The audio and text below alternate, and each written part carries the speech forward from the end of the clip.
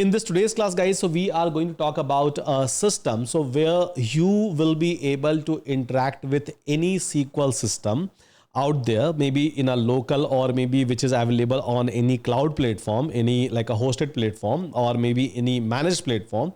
And with the help of just a simple query, you will be able to query your database.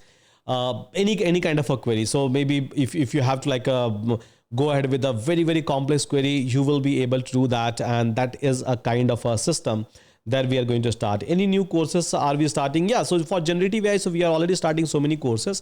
Let me share my screen and let me show it to you. So we are starting something from a generative AI, we are starting something from RAG, and so many like other courses we have already started: machine learning, deep learning, computer vision, stats, NLP, almost all these courses we have already started in a hybrid mode. So you can go and check that out as well. Okay, so let me share my screen. I believe it's already shared. So I'm going to open up my VS Code. And the project which I have prepared, guys, for my today's discussion. So STREAMLIT, Streamlit, and then run and main.py file. So let me check if all the dependencies are resolved. Yeah. So let me show you first of all a demo that what we are going to achieve with the help of this today's project. So let's suppose there is a SQL system in which I have multiple tables. Inside those tables, I have a couple of data set which is available. Now, so we are going to build this entire system. So where I can come and then I can try to query. I can say that show me all the tables, right? And this system is going to run, and if everything works fine, it is going to show me the table which is available inside my system. So select from where type table. Okay, show me order table. So maybe I have missed something.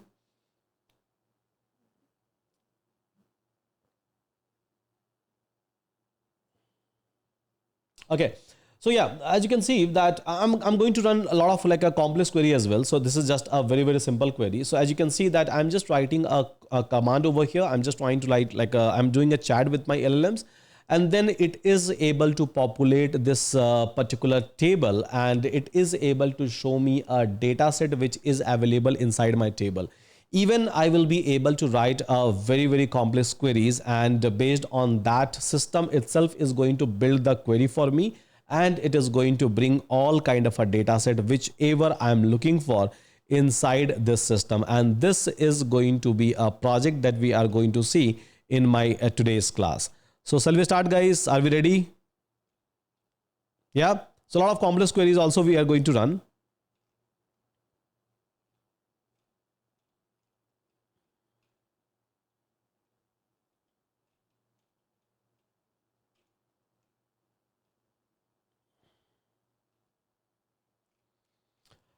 Okay, so now let's get started. Let's try to see that how we can try to build this kind of a project, and how we can try to automate the entire query part so that you don't have to even learn a SQL. And this is the kind of a feeling, believe me, all of you are going to get once I'm going to show you this particular project, that why do we even go and why do we even learn a SQL and a complex queries that we have been writing since a very long time, right, across our industry.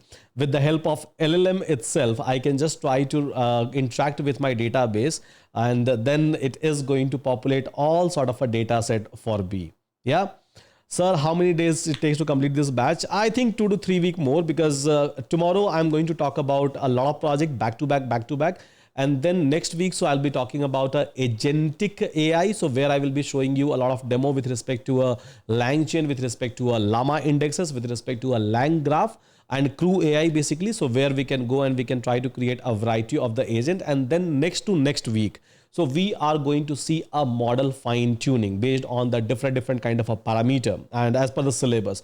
So tentatively, it is going to take another 3 week of time, or max to max maybe a 4 week of time. This entire batch is going to take, where I will be discussing all the project, because now the project section is lot inside your project. If you'll go and see the syllabus, so we have mentioned a lot of small and big project, and that was the whole idea behind creating this batch, so that you will be able to learn to build a variety of application, maybe with respect to some of the framework, LangChain, Llama Index, LangGraph, or maybe a Crew AI.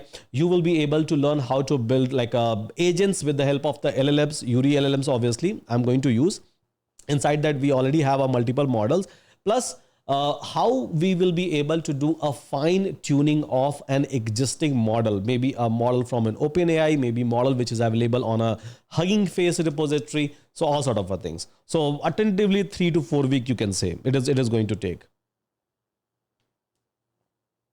Yeah. So Syam is saying, thanks for accepting the request. Yeah, someone has actually asked me, and not someone. So someone in a group, I have seen that people were asking that, can we try to build a kind of a system so where we can just try to write maybe something in a English language, and then it will be able to help me out in terms of querying databases, whatever databases is available and whatever data is available. Yeah. So this is something that we are going to do. Okay, so let's get started, guys. I'm going to terminate this project, and I'll try to start building this project. I have already built this project in my local system, because obviously, like, before coming to the class, we try to do a lot of preparation in terms of a material. So I have already built it. Step by step, I'm going to talk about it here.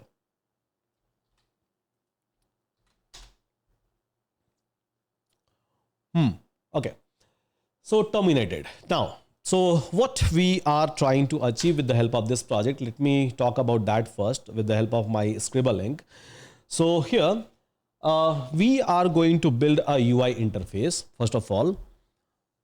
So we are going to build a UI interface, or you can say we are going to see a client, or you can say we are going to build a UI interface. Now this UI interface, I'm going to build with the help of Streamlit. Nothing new. So we have been using Streamlit since a very, very long time. Now with the help of this UI, what I'm going to do is, so I'm going to pass a query to my LLMs, large language model. And here, so I will be using basically Eury AI. Yeah. So I'll be using Eury AI, and I'm going to pass a query just like English language, I'm going to pass a query. Now what this LLM is going to do, so this LLM is going to understand my query which I have written just in a English language, a plain English language. Let's suppose I'm a guy who don't even understand a SQL, but still I have a data available inside my SQL databases, or maybe you can try to extend it for any kind of other databases, any kind of even a no SQL databases, and that is completely fine. You all will be able to extend it, and believe me, after this project, you will be able to get that concept, get that philosophy. So here, with the help of UI, I'm going to write a query with the help of English language. That's like show me a data, show me a highest purchasing order, show me what was our revenue last week or maybe a last month. All sort of queries I will be able to write just in an English language. And like I said, guys, just imagine that I'm a person who don't even know a SQL, right? Who is not capable enough to write a SQL query at all. But still I have my data, and maybe I'm a manager, so I have to generate a lot of different kind of a report. I have to do a lot of investigation. I have to check the performance, and all of those performance, all of those like a purchase order, or all of things which is available inside my table into a different table. Again, not in just one single table, but maybe into a different table, and all those tables are connected with each other. So I have to do a query so that I will be able to get my desired output as a manager.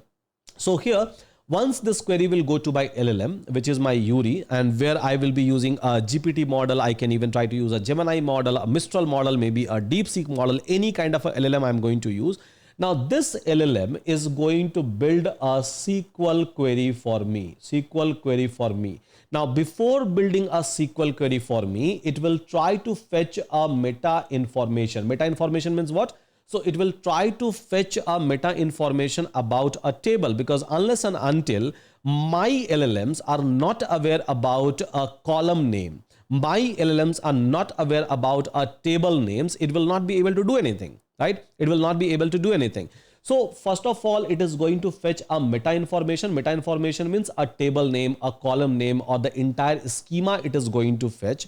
Based on that, it is going to build a SQL query. So based on the schema and based on the language, English language query that you have given, it is going to build a SQL query. Now this is going to send a SQL query to my SQL database, and then finally I will be able to see my output in an UI. So this is a flow that we are going to follow.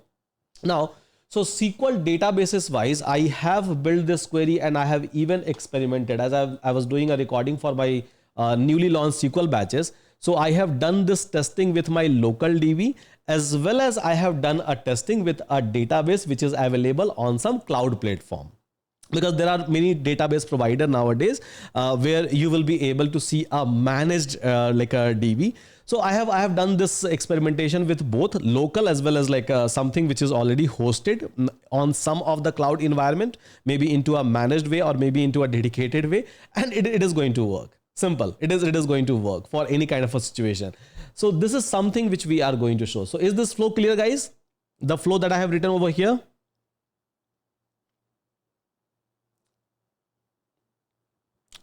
Can you please cover edit and as well? I think on our YouTube channel, so we have launched a multiple project, and even inside your dashboard, so we have launched a multiple project with initn. Believe me, initn is not at all difficult. It's just a connector that they have given to you. So drag and drop, connect, and then bingo. Yeah. So this is how initn works. It's one of the simplest way to create a agent. But again, you will find some sort of a limitations with respect to a latest like a enhancement that we are able to see in a generative AI industry. Okay, so let's try to build this entire flow, guys, in a step by step manner.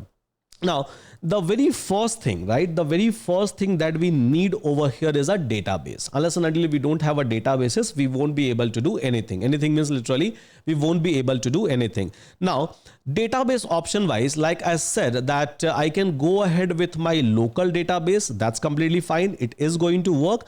Or else I can try to go ahead with some of the managed database as well. Or maybe if you have a database hosted on your AWS, Azure or GCP platform, you can also go ahead with that. Now, so let me show you some of the SQL-like database provider so that you will be able to get some sort of idea. So here, I'll just go to Google and try to search for PLANET, PlanetScale. So PlanetScale is one of the provider who is providing you a SQL based databases, a self-hosted one. Now, apart from that, there is something called as Neon, Neon database. So they are also providing you basically a Neon tech. So they are also providing you a Postgres kind of a databases. Apart from that, so there is something called as Supabase, SUPA, Supabase. So Supabase is also providing you basically a database, a SQL like a databases. There is a Render. I believe I have used Render even before, not for database, but for my hosting purposes. So where I was deploying some of the application. So Render is one of the platforms where you can go and you can try to commence your databases. There is another platform called as Railway, RAILWAY, Railway. Even you can try to, not Indian Railway, so Railway DB. So Railway DB. So even you can try to go over here and then you will be able to commence your databases, or you can just go ahead with this Azure, AWS or GCP, and over there you will be able to commence any kind of a databases that you want. That's completely fine. So by launching instances, or maybe by launching some of the managed services that they used to provide. Yeah, managed services that they used to provide. So okay, now so I don't need all of these database, by the way. I just need only one. Yeah, only one. So where I can go, I can try to create a table. I can try to keep all of my data, and then I will be able to complete this entire flow. So I can create my UI. I can try to interact with my URI LLMs. I can just connect with my SQL databases, and I can try to query it in an English language. Okay. So here, which database I'm going to use, I can use anything. Like it's just one step process. You can just go sign up, login, and then work is done. So in my today's class, right? In my today's class, I'm going to use a Neon. I can use anything. Like I said, I can use anything. But yeah, if you want, I can show you even these things at the end of the lecture. That simple login, create a databases, and then work will be done. So here I'm going to click on login. And once it is going, once I will be going for login, so it is going for like, let's go for a Google login, by the way. So continue. Okay, so project name, maybe I can try to give as a test, a Postgres version, AWS Azure, create a project. So just this much, and you will be able to land into a Neon interface. Now, this is the interface that we all need. So are you able to reach over here, guys, inside a Neon, this particular interface? I have pinged you the link, by the way. So just try to go through a neon.tech. Now from neon tech, I've just pinged you the link for the console. But yeah, so you can try to go through neon tech. I think that will be better. Fine. So just go to a neon tech, and then from there, just do a sign in. It's completely free. You don't have to go ahead and add your credit card. That's the reason. So I'm using this one.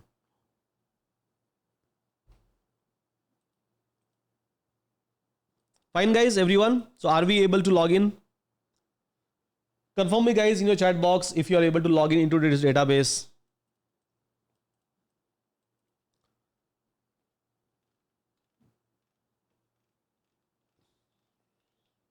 Yeah. So anything you can choose, Siam. So Azure you can choose, AWS you can choose, whatever you want, because it's a managed one. So it is not going to ask you for your Azure AWS credential. So they have their own AWS and Azure like a setup. So it is going to create a DB or everything over there. So don't worry about it. You don't need a Azure AWS account.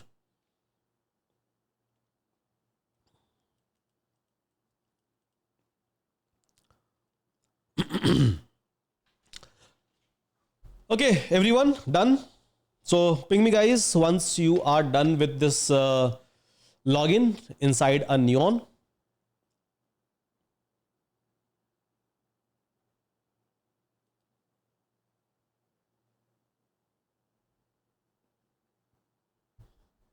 Yeah, Sachin is saying done. Okay. So what about others, guys?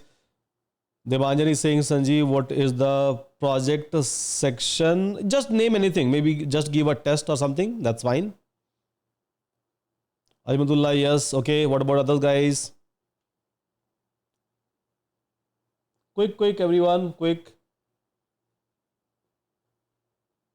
We have to see the outcome of this amazing project.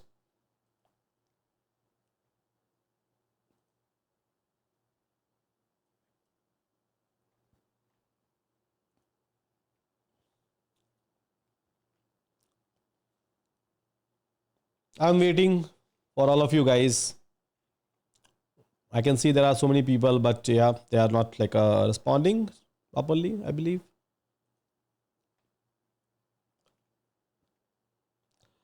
Okay, so once this one is done, right? So this is to create a DB, right? Exactly, yes.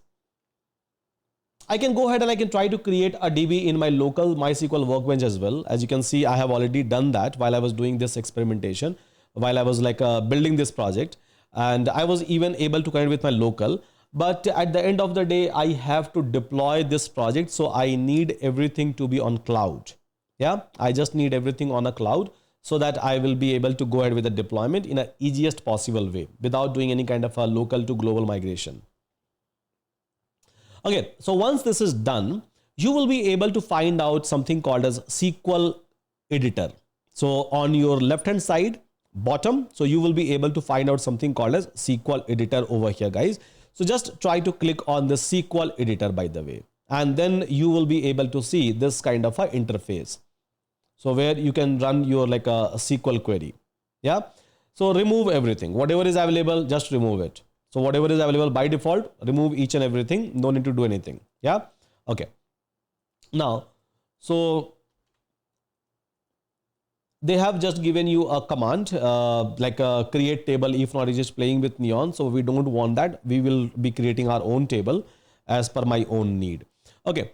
So if this is done, right, let's go ahead and let's try to create some sort of a table for a e-commerce industry. Yeah. So let's go ahead and try to create a customer table, a product table, a order table, and maybe order item table. So here, what I'm going to do is, so I'm going to create my customer table. So now this is the customer table that I'm going to create, as you can see. So create table, CREAT, I have missed create.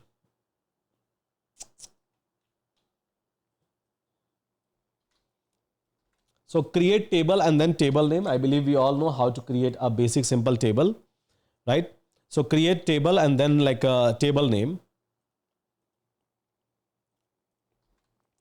And then these are the column: customer ID, name, email, phone number, city. So these are basically a schema that I'm trying to give. Good evening. Yes, good evening. I think you are late. Okay, now select and run it. Now, once you are going to run this one, if it is going to show you that a statement executed successfully, then we are done. We are good, by the way. So now we are able to create a customer table over here. You can even go inside this table section and then you can try to browse your table, the table that you have created over here. So as of now, I have created the customer table. So yeah, I'm able to like browse this customer table from this table section. Customer table is visible to me. Now, again, go back to a SQL editor. So this is one of the table that we have created. I have to create multiple tables, by the way. So I'm going to create a next table called as product table over here. So product ID, product name, categories, and price. So let's go ahead and try to create a product table. So run the command over here and let me ping you the product table schema. So this is the table creation things. So product table will be created automatically in no time. And then I have to create basically a order table. So order table will be connected to the customer table with the customer ID. So here I'm going to create a order table. So order table is done. Now once order table is done, let's go ahead and try to create a order item table over here. So run and then create a order item table. So these are the 4 table which is connected with each other, right? So I have just created this 4 table, as simple as that. Maybe I'm not a person who understands all of these commands. That's completely fine, right? That is the reason. So we are going to use our LLMs, right? So table and everything has been created. Let's suppose your team has already created a table and there is a data that is powering into this particular table on a regular basis. So that's completely fine. So I can just like go ahead and query the table. That's the whole idea. That's the whole objective. That's the reason. So we are building this application. So here is a 4 table query, guys, all together. So customer table, product table, order table, and then order item table. So is it done, guys? Is it done for everyone? Are we able to create 4 tables inside my Neon?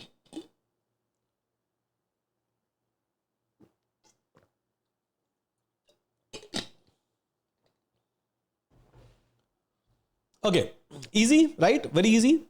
Okay, so once we are able to create a table, I need data into a table, right? I need data into a table. Now they have given you an option, Neon and even other vendors. So doesn't matter which vendor who we are going to use, but yeah, they are going to give you an option to add a record. So maybe add a record by using the UI, maybe add the record in a bulk mode. I'm not going to use that. So basically I'm going to run my query and based on the query, I'm going to insert the record. So let's try to insert some of the record inside my customer table, because this is not my objective, right? I'm just trying to prepare my data. That's it. My objective is not to create a table, not to insert a data. Let's suppose there is a data which is already available. My objective is to query that table by using LLMs, right? Because I'm not a person who know how to write a query. That's my problem. And there is a bomb of data which is lying inside my table. So we are trying to solve that problem. So here, just try to insert some of the record inside your customer table. So this will insert the record inside your customer table. Then let's go ahead and try to insert some of the record into a product table, right? Inside the product table. So here, insert into table name, and then I'm going to insert it. And those who would like to learn a SQL, You guys can join my SQL class. So I'm already like started. I have uploading a lot of SQL videos in your SQL masters class. So you can join that. So where I'm talking about each and everything by doing things in a step-by-step manner. Then insert into a order item table. So yeah, insert into a order item table and then insert into a order table.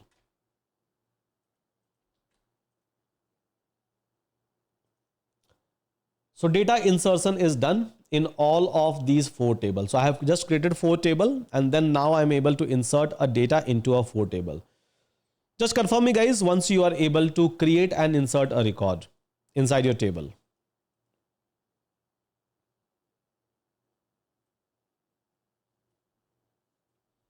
So you can execute this entire query even at once. That is also possible. Okay, Syam is saying done. What about others?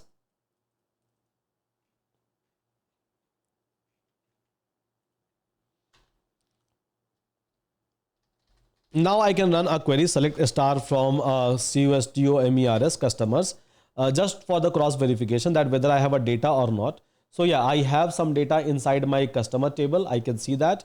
Now order table. So select a star from, I can write maybe just for the verification, ORDERS, orders table. So run and yeah, there is some data which is available inside my order table. Now I can try to even like query my order item table.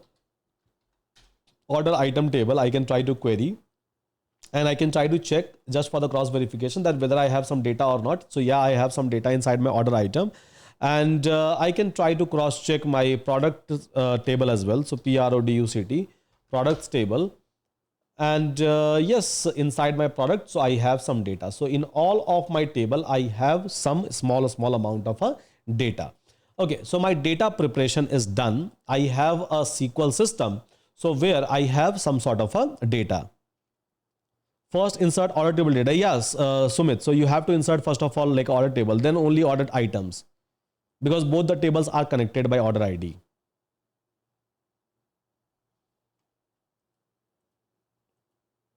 Or else you can try to execute everything in one go. So I have already given you a query for creation and insertion.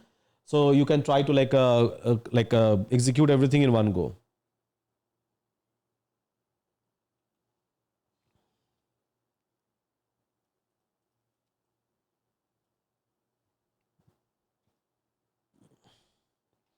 If you have to start from a fresh, so in that case, you can try to drop all the table, right? Drop all the tables. This is the drop command. So you can drop all the table and then execute the previous one. If you like got stuck somewhere in between. Okay, so this is done, right? This is done. My data preparation is done. Now what I'm supposed to do? So I'm supposed to follow this entire procedure, right? This entire procedure I'm supposed to follow in a step-by-step manner so that I will be able to, perform or I will be able to build this entire application. Okay, so to do that, let's try to open up a VS Code, right? Let's try to open up a VS Code and now let's try to build an application. So here, go to File, Open Folder, and D drive, and inside my code, I'm going to create a folder called as SQL LLM, SQL LLM Gen AI class. Okay. So SQL LLM Gen AI. So this is the folder which I have created, and inside that I will be writing all the code in a step-by-step manner. So first of all, guys, you have to do a couple of things. So you have to basically create a .environment file, .env file, where you are going to keep your credentials, your environment credentials. You are going to keep it over here. So how you are going to keep it over here, and what kind of a credential you have to keep? So first of all, URI API key you have to keep, and then second one is a database URI you have to keep so that you will be able to connect with the databases. Now URI API key, from where I will be able to get my URI API key? So I can go to Euron, and then I can go to URI, I can go to API and then authentication, and from here we can try to copy the API token. As simple as that. So these are the two things, guys, you have to create. These are the two variables you have to create inside .environment. So one is a URI API key, which is required to hit my LLMs. Yeah. So just copy the key and keep it inside my URI API key. As simple as that, URI API key variable. And then there is a second thing which is required called as database URI. Now see, your Streamlit app is going to run maybe now as of now into a local, and then going forward, so you are going to host your entire Streamlit app on a Streamlit platform or maybe on some other cloud platform. Possible, right? So you are going to host each and everything on some other cloud platform. Now, so you have to connect with this new data that you have created just now. Let me close all the other window, by the way. It's not required now. So yeah, so I have to connect with this neon. Unless and until I will not be able to connect with this neon, how I will be able to reach out to this databases, how I will be able to reach out to this table and data which is available inside this particular table. Practically impossible. So here you will be able to find out one option called as dashboard option. A very first option itself, right? Very first option is basically a dashboard option. So you can try to click on this dashboard, right? You can try to click on this dashboard, and then over here you will be able to find out a very first option called as connect, or you can even try to go ahead and just parallel to your project dashboard, you will be able to find out an icon called as connect icon. So click on this connect icon, by the way. Yeah. So click on this connect icon, and then you will be able to see some of the URL over here. So maybe you can try to copy this snippet, this URL.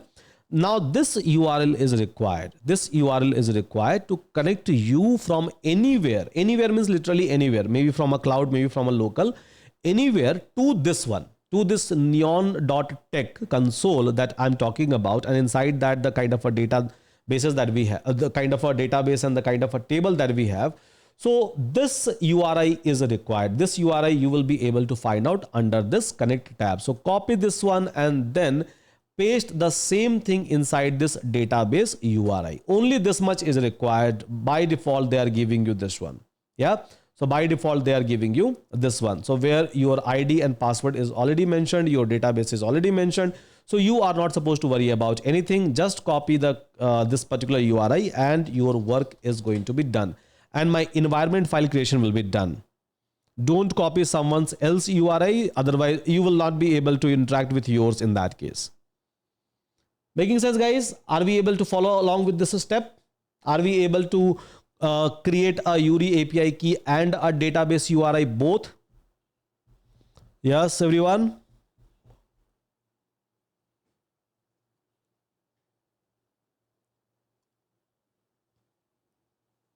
Yeah. So this database URI to connect with your neon, as simple as that. So doctor is saying yes. What about others, guys? I think guys are slow. Syam, yes. Pavan, yes. Indullah, yes. Okay. Vadiraj, Vadiraj, yes. Durgesh, yes. Okay, fine. Okay, so this is done, and I believe we all are able to understand that why we are using it. So URI API key, so that I will be able to use any of the LLM. So we have 9 LLMs, right? 9 models access available to all of us as a part of Euron and URI. And database URI to connect with my neon databases. Now let's suppose if I'm going to use a render, so obviously I'll be using that URL, renders URL. If I'm going to use railway, I will be using a railway URL. If I have some databases over AWS, Azure or GCP, so your admin is going to give you even URI for that, so that you will be able to hit your databases. Let's suppose if I'm going to use a local host, right? Local host. So even from here, from a local host, so I will be able to log in into the port number 3306 and my root and my admin password. And with the help of that, I will be able to connect with my local. So doesn't matter at all. So with any system, I will be able to connect. Now this is going to help me out with respect to connecting to a neon. That's it. So now close it. Once this is done, close it. Now there is a next file that we are going to create, and that next file is going to be, I can go ahead and I can try to create maybe a configuration file. I can even avoid that part, but yeah, that's fine. So here, let's go ahead and let's try to create a config.py file, config.py file. Now what we are going to keep it here. So nothing, we are going to basically like call our URI, and we are going to basically call our DB. That's it. So here I can write import import operating system, and then inside that from dot dev import load dot environment. So I'm going to read the environment. Load dot dev URI API key is equals to operating system dot get env. So get env, and then it's a same name URI API key. I'll copy here. So it is going to access URI API key, by the way, from my dot environment file, and then URI API URL. Yeah. So URI API URL. So what is my URI API URL, by the way? So I can go to my URI, and what is my API URL, by the way? Endpoint. So my endpoint is going to be this one. So this chat completion, I can try to copy it here. I think we have been using it like almost everywhere. So it's the same thing. We are not talking about something different over here. Okay. So this is my URI endpoint for my chat completion. So URI URL. Model name I can try to pass. So model model underscore name. As we know that URI provides multiple models. So it's my choice which model I'm going to use. Now how to access that particular part? So to access that part, you can go ahead with model, available models, and now you can choose any model that you want. So let's suppose I'm going ahead with GPT-4.1 Nano. I can copy this particular ID. If I'm going through a mini, I can copy this ID. If I'm going through a flash, I can copy this ID. So it depends. Whatever model I want, I can try to use all of these models with the single endpoint. So GPT-4.1 Nano model name is this one. So this is the model I'm going to use. Database, basically database underscore URI. So database URI is already available inside my .env. I'll just have to read it. So operating system dot get environment, and then read it from the .env file. So here a database URI, I'll try to read it inside my configuration file. It's not required to create a configuration file. I'm just creating it so that we can achieve a modularity. That's it. Otherwise, it's not even required. I can write it down inside a main.py file itself. So my config.py file is ready. So now here is a code for config.py file. Done, guys? Are we okay with the config.py file, everyone? Environment file, then config file.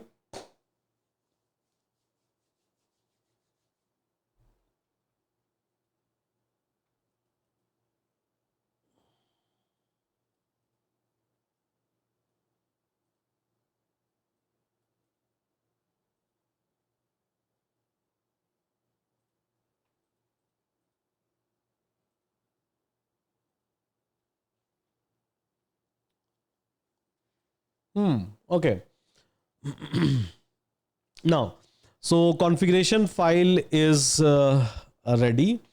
Close it now. So if configuration file is ready, so now configuration file wise, we were just trying to read something from a .env file. That's it. This is something that we were trying to do. Now our main code will go inside a file called as utils, UTILLS utils.py. So this is the place where our main code will enter. Our main code is going to go. Now here, so we are going to import a couple of things. So first of all, we are going to import request. Now second thing is, so here I have to do an import of SQLAlchemy, ALCHEMY. I'll tell you why we are importing a SQLAlchemy. SQLAlchemy, SQLAlchemy, and then try to import couple of things. So try to import a text, try to import a metadata. Yeah. So metadata, M capital METADATA, metadata. So from a SQLAlchemy, so we have to import this one, and then just try to call your configuration file that you have already created. So from config, just try to import what? So URI API key, URI URL, and then like a model name you can try to copy over here. So these are the things that guys that you have to copy. So I'm copying this entire things from my config file, by the way. So is it done? Inside my utils.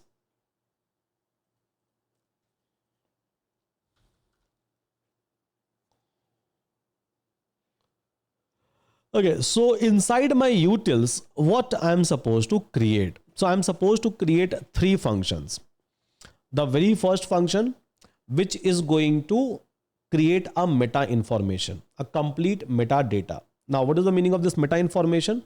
So we have already created a table, right? So we have a table over here, close and then SQL editor, and we have already created a table over here, right? Table over here. Now, every table is having some sort of a columns. So every table is having a table name, and then every table is having a column name and its data type. Column name, its data type, column name, its data type. Plus, so whether we have a primary key or foreign key or any other constraint. So all of these things is mentioned inside my table meta information, right? So before asking my LLM to write a query, my LLM would like to understand the meta information, a detail about a table schema, that what was a table name, what was a column name, what was a data type, which one is a primary key, which one is a foreign key. So whether your table is connected in one-to-one, one-to-many, many-to-one, or in a many-to-many way, right, as a like a model wise.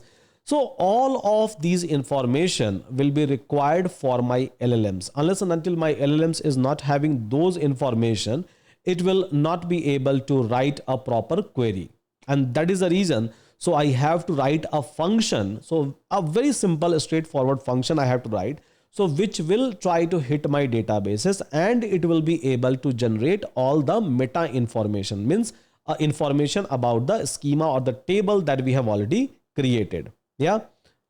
So Siam is saying DDL, obviously, yeah. So, and it's obviously a relationship in between. So we have to write that particular function, and this is where I'm going to use a SQLAlchemy. So SQLAlchemy is a library, so which is a generalized one, where whether you are connected with the MySQL or MS SQL or maybe with respect to any other databases, a SQL based databases, PostgreSQL, it is going to help me out in terms of like, going through those tables and extracting a meta information out of those tables. And this is where I'm going to use this one. Okay. So here is a function comes into a picture, get DB schema. Now here we are not doing much, as you can see. So get DB schema, we are just going to pass a engine. So wherever we are going to call it, so we are just going to pass an engine. Engine means the URL, right? The URL we are going to pass, and then it is going to call a metadata from a SQLAlchemy metadata object, and meta.reflect bind the engine, means whatever databases that you are going to use, the URI that you are going to pass, URI we have already mentioned over here, right? The URI that you are going to pass as an engine, that is the meaning of an engine basically over here, right? So whether it's a MySQL engine, MS SQL engine, or maybe a Postgres engine, or maybe a DB2 engine, Oracle engine. So whatever engine that you want, so you can try to pass those engines, and then it is going to call meta.tables.values.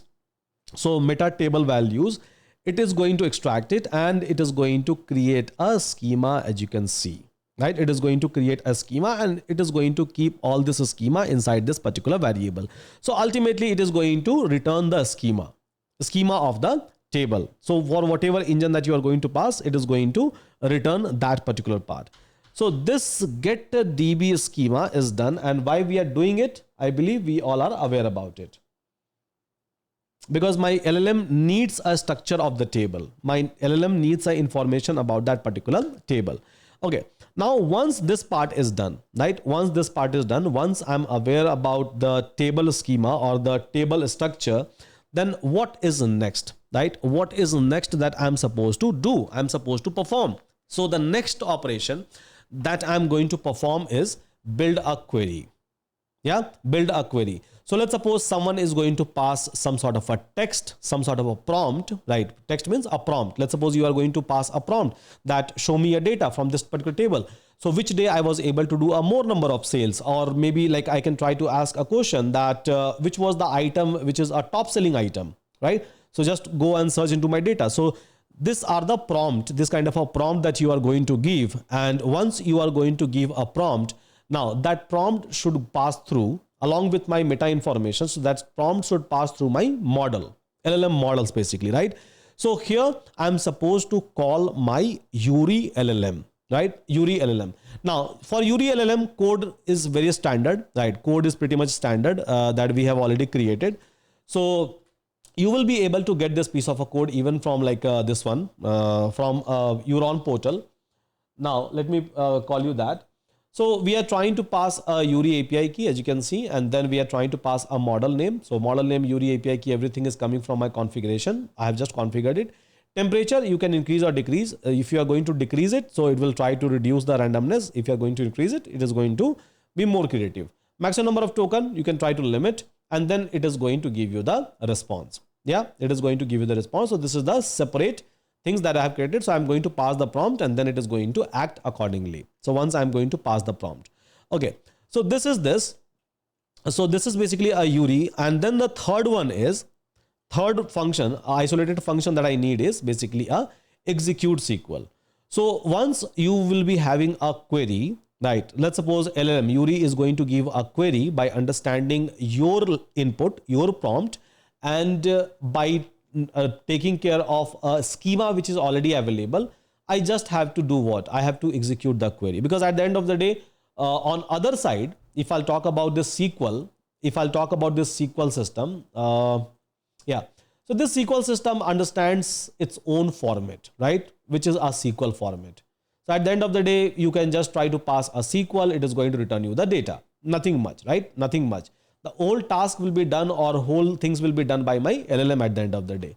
So here, once I will be able to build the query, engine is already ready with me. I have my URL, right? So connect and connection.execute, just the way you execute any kind of a query from a programming language. So I'm just trying to call connection.execute, pass the query, and then it is going to fetch the result. It is going to give you the result.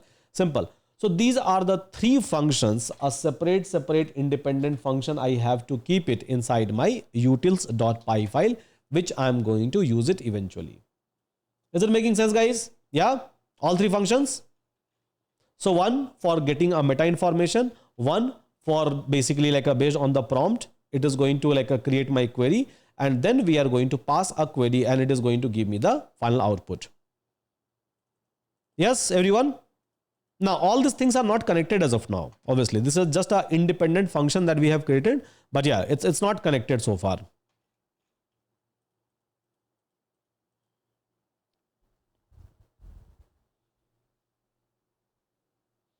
Okay, fine, everyone.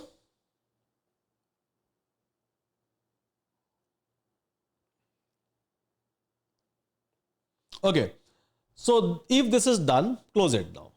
Close everything. Yeah, close everything. Now try to create a main file, main.py file, right? So where I'm going to keep my Streamlit basic application with the basic UI interface, where someone can come and prompt something, and then like whatever result I will be able to get, I should showcase those results into a beautiful tabular format. This is something that we are going to do it inside a Streamlit basically. So here, first of all, I have to do an import of what? So first of all, import of Streamlit, a SQLAlchemy, create engine, configuration, database URL, and from utils, DB schema, call Euron, these three functions that we have created just now. So these are the import that we have to do from a Streamlit into a main.py file. So just create main.py file and then try to do an import.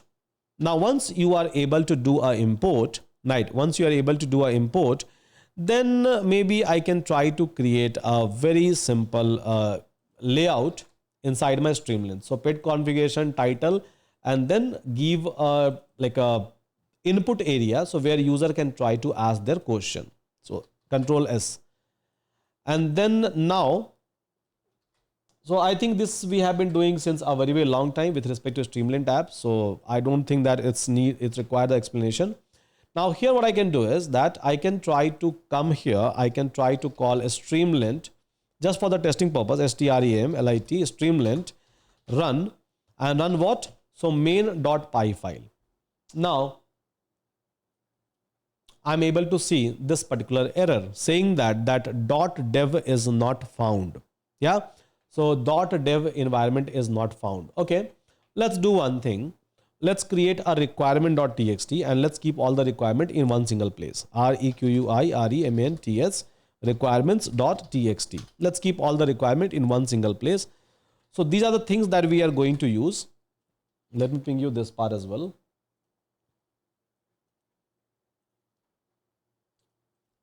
So these are the things. Again, make sure that your requirement.txt file name should be like requirements, requirements, requirements. And terminate my run, clean it, and then install the requirement.txt file. So pip install -r requirements.txt, install everything. Okay, so I have installed each and everything. That's great.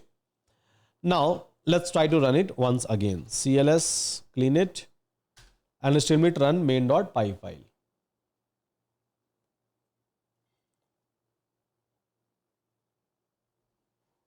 Still it is telling me that model not found .dev. I have done the installation, but still there is a issue with this. Okay, not an issue. I can try to.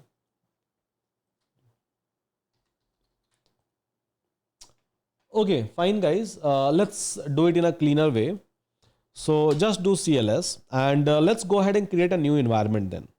So with the help of conda, I can create a new environment, or even with the help of like a simple Python command, I can try to create the new environment. So I'm going to write over here .environment, not .dev. Okay, sorry. This was the mistake I was making. Config. Oh, sorry. That was the issue. .env. Yeah, I was just going along with the flow. Otherwise, yeah, anyhow, sooner or later, no module name utils, UTILS. Oh, spelling mistake. I can make changes here itself. So now this one is also correct. Now SQL-powered data retrieval assistant. And here, so it is going to allow me to ask any question. So ask your question in any language. So this was a very simple UI that I have created. So where I will be able to pass my prompt. I will be able to pass my query. Simple. Okay, fine. So till this point, things are working perfectly fine. I have not done any kind of a connectivity so far. So everything is like isolated and everything is like independent of each other. So now I will start doing a connectivity with each and everything. Yeah. So here, once you are going to pass any kind of a query, actual task is going to start from here, right? As per the design that I have given to you. So the actual task is going to start from where? Your Streamlit UI client. You are going to pass any kind of a query in an English language, by the way. Now it is supposed to hit LLMs. LLM is supposed to get a meta information, search into a SQLDB after building our queries, and then give you the output. So now the real stuff is going to start once you are going to pass, right? Once you are going to pass the query in your English language, or once you are going to prompt it. So here your prompt will come, right? And then we are going to write a code, a very simple code, right? Once I will be able to get a prompt. So this is the whole code, guys. Let me ping you.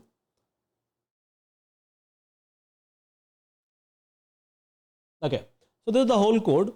So once I'm able to get a query, right? Once I'm able to get a query from a UI, then I'm trying to check. So if there is a query, means if it is true, this is what it means, right? So if this is true, do one thing, create a engine. So how engine will be created? Like I told you, So you don't have to do anything to create an engine, right? So create engine is a function which is available inside the SQLAlchemy. Now, so you don't have to do anything to create the engine. So basically you have to just pass a database URI. It doesn't matter which database you are using. So maybe you are using something in local, maybe you are using a MySQL, maybe you are using a MS SQL, maybe you are using a Oracle, maybe you are using a DB2, maybe you are using a Postgres. All of these are basically variants of a SQL DB itself. Means a different engine, different companies have created as per their own need, and they're selling it, right? They're selling their services since a very long time, since like many decades, I would say, right? Not a long time, many decades. So maybe 30-40 years, some companies. So, but yeah, underneath it's the same thing. So SQLAlchemy is going to help you out to just like call one single create engine, pass your URI. It will be able to understand the rest of the things, that what kind of a DB you are dealing with. So this URI is going to create a engine. Now this is going to help me out to connect, basically, because I'm passing URI. So my system knows that where that database is, by the way. Then once I'm going to like get the engine, so I'm calling get DB schema. And if you remember, this get DB schema we have written inside utils file, right? So just it will take the URI and then it will try to fetch what? A meta information. The schema about the table it is going to fetch. Okay, fine. So first of all, we are trying to connect. This line is going to connect. The second line is going to fetch the schema, because we need a schema at the end of the day. Now, once I will be able to get a schema, right? Once I will be able to get a schema, so I have to pass the schema and a prompt to whom? So I have to pass my schema and a prompt to my LLM, basically, right? So I have to pass my schema and like a query, a prompt to my LLMs, so that basically like my LLMs will be able to create a query, SQL query accordingly. Agree everyone? This flow? I believe this is what I have discussed, right? So once you are able to get a query, so basically we have to get a meta information, and then we have to pass this entire, both the combined information. Meta information means a schema information and your prompt, right? Combine it and pass it to my Yuri AI. Yes, everyone. So here I have just like for this particular project, so I have created a prompt template.txt file, by the way. Let me create a prompt template.txt file. I'm just trying to keep my prompt separately. It's not mandatory to keep your prompt separately.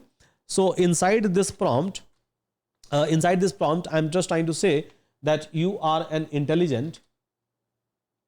Just try to create a prompt.txt. So you are an intelligent SQL assistant. Translate the following natural language query into a SQL query. This is what I have written. And then I'm providing a schema, and then I'm providing a question that you will be able to get from the user, both, right? So schema, meta information, and a question. So this is going to build one single prompt for me.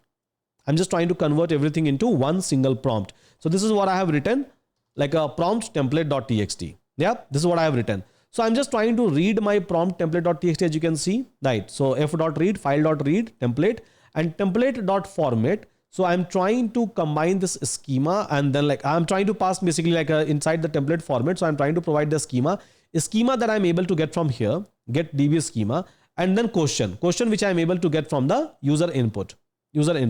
And this is going to my whole prompt, because my Yuri is going to take what? Only a prompt, right? So I have just created the prompt which is holding a schema, as well as which is holding the question that I'm getting from the user, and a schema that I'm getting from the database. Simple. So this is going to my prompt, right? Now, once I will be able to get this prompt, I'm going to call my Yuri LLM. And now this Yuri LLM is going to return me what? A SQL query.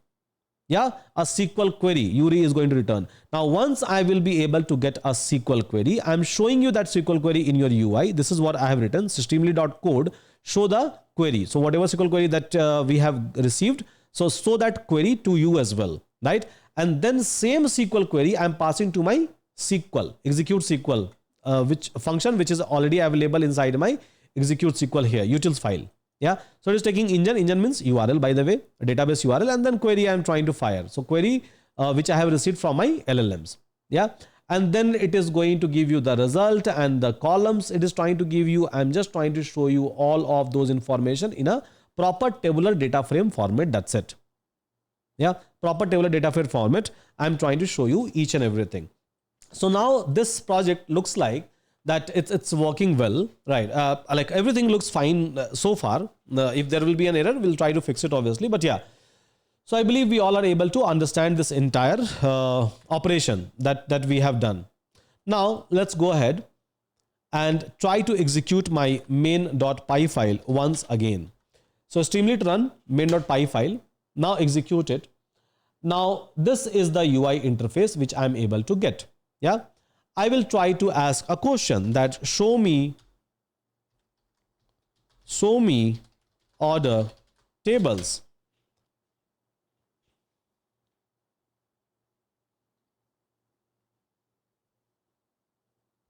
So it's running. Yeah, and then it has created a query, basically select a star from orders, and now this query will go inside my DB, and this was the data which I have inserted into my orders table. It is trying to like show it to me. I can try to like even fetch that show me customer, or maybe you can write in some different language as well. The way you write your own English, maybe you can try to like write it in that way. Okay, so customer table it is trying to show me. Now I can just ask a question that who was a customer who have purchased highest value item, and what was the value of it. See, I'm just like I'm giving a plain English language. I don't even like properly giving something in a properly grammatical order, but still it is working really very hard to build a query for me. My LLM is working literally very hard. It is trying to understand the schema. It is trying to understand me, by the way. And then based on that, it is trying to like do something for me. So I'm just asking question, who was the customer who have purchased the highest value item and what was the value of it? And guys, see the kind of a query it has generated. Is it not complex? Is it not a nested query, or it's like a query under a query or sub query that that it has produced? Now just tell me one, and I'm able to get it right. So see, what was my question? Who was the customer who have purchased the highest value item? So Alias Johnson was the customer, right? And I have just asked that purchase the highest value item, and what was the value of that item? So value of the highest value item was basically this 1200. Yeah. So this was the customer name, this was the customer ID, and this was the highest value item. Now just tell me one thing. If I would have asked you the same question, how much time you would have taken to write down this query? Yeah.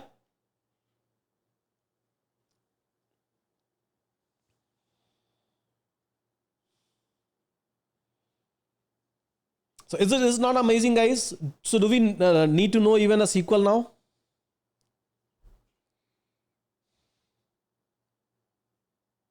Yeah. Do we need to know a SQL now?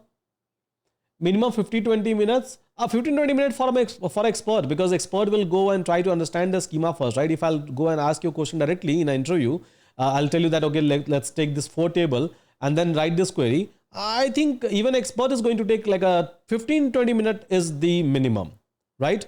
Because even expert as a human, you have to understand those schemas, right? Ranjit is saying, sorry, I joined after a long time. What the result? Same query be consistent 100% every time? Will the result of the same query will consistent 100% every time? Exactly, Ranjit. So almost it is going to be consistent, and we can try to make it even more robust. We can try to even make it. There is a way. There is a way. There is a memory that we can try to build. There is a catching that we can try to build over there. It is going to be consistent all the time. Yeah. Now, just tell me, guys, what I should ask. See, I have 4 tables, right? I think you all also have 4 tables. Okay, so maybe I'm going to ask that give me a revenue, REVNUE, revenue report for this year.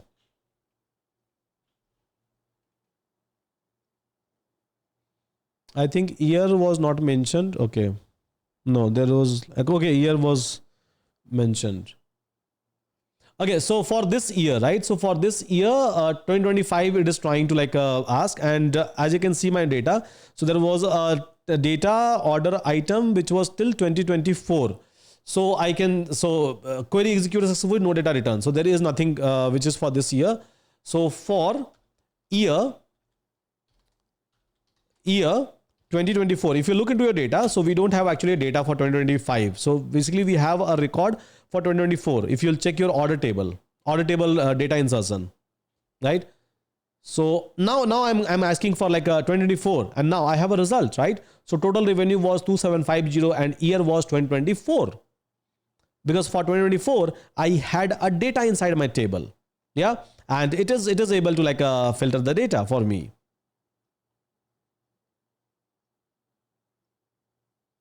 Does this work for the single database, or we can do a multiple database in a single chatbot? You can do infinite number of a database configuration in a single chatbot itself. Yeah, means you can just connect, just with this application, you connect your whole organizations. There is a way for that. If user is using mobile and ask the same question, okay, so yeah, so basically speech to text, right? So speech to text, there are like a lot of even like a library which is already available. So just try to go ahead and try to like use some speech to text library. It will be able to, and again, there is an API which is available from a Google nowadays. But yeah, if you don't want to like pay for the API, that's completely fine. Just go ahead with the speech to text local after like doing the installation.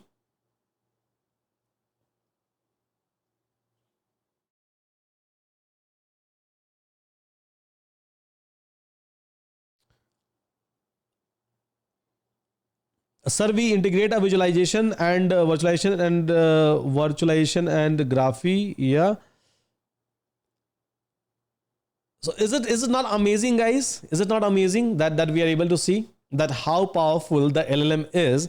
And people like us who have been writing a SQL kind of a query since ages, right? Since a beginning of the IT infrastructure, because obviously without database, no IT infrastructure you can even plan. You cannot even plan, forget about the planning. You can't even go and imagine any IT infrastructure without a databases, whether it's a SQL DB, whether it's a NoSQL databases, or maybe some other kind of a database. But without DB, there is nothing, right? None of the application that you are able to see today, you will be able to use it. But yeah, so this like kind of a query that we have been writing, now my LLMs is able to write it down in a better way, in a fastest way. Can we add? You can add anything. Believe me, you can add anything. The only thing is that I am able to, the main part is this one.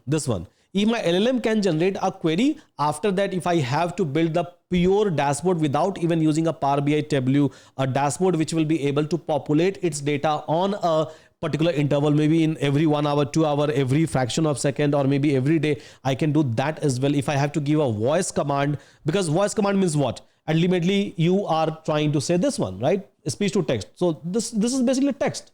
So I can use any speech to text library, right? And then I will be able to do that. If I have to do any kind of a reporting, again, not a big deal.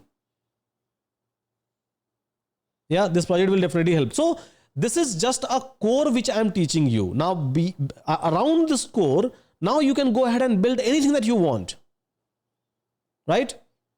Don't even need a don't even have to learn a Power BI, right? Because again, when we try to do something in a Power BI or maybe a Tableau or maybe in any other dashboarding tool, what we are trying to do behind the scene, there is a data model that we have built in a Power BI or Tableau or any kind of a visualization or dashboarding tool. So what we try to do behind the scene, we just try to build a data model. Now, what is the data model? It's nothing but a connection between the tables, right?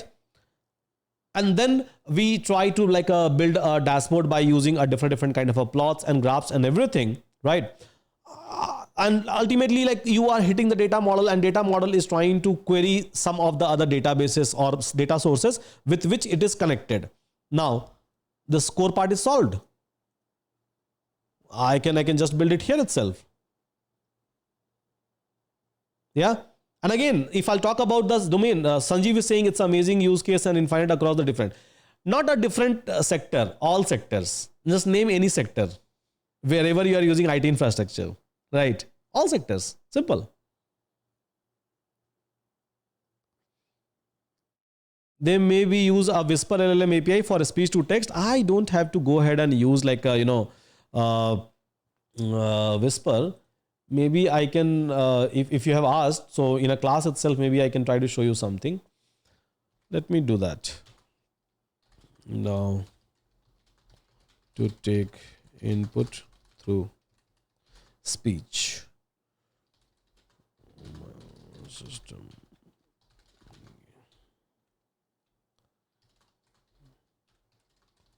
Okay, so someone is asking me, I'll show you step by step, guys. So I'll like, because of the power of AI, I can do something even in like a live class itself.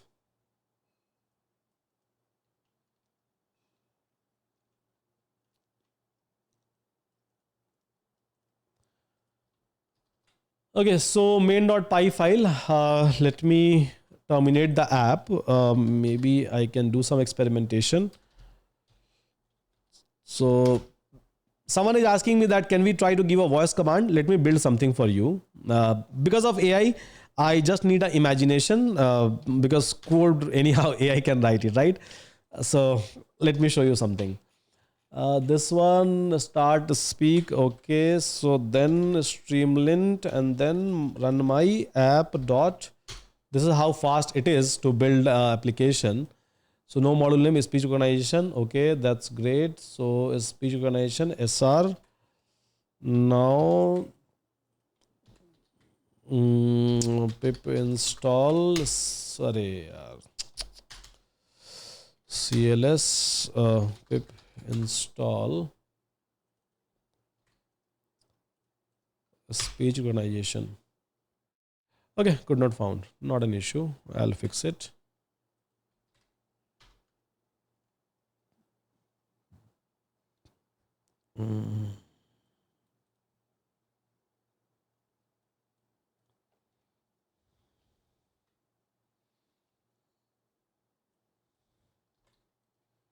This is the correct library. Okay, so now speech recognition, right? So Control S and then CLS Streamlit app.py. Okay, so now start listening. So yeah, or else I can type my question. So could not find Pi audio, check installation. Okay, let me fix that as well.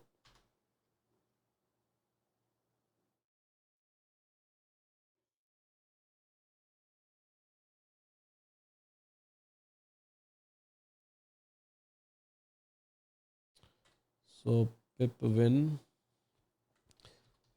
So just doing this, guys, as per your request. So just hold tight with me for some time. I'm going to show you a speech, and then after that, I'll even show you in a live class. I have not built that material, by the way, so I'm building it right now with the help of AI. So I'll just show you like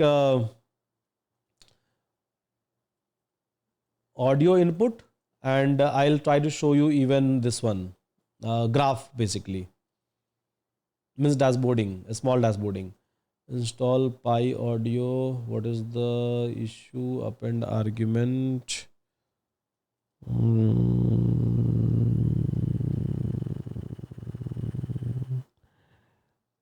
Okay, so build it from a wheel then.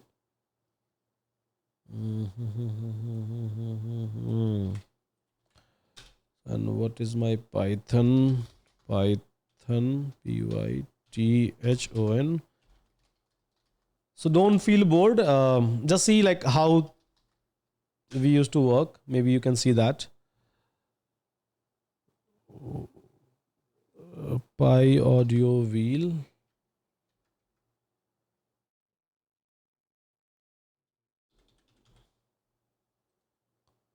AMD win this one.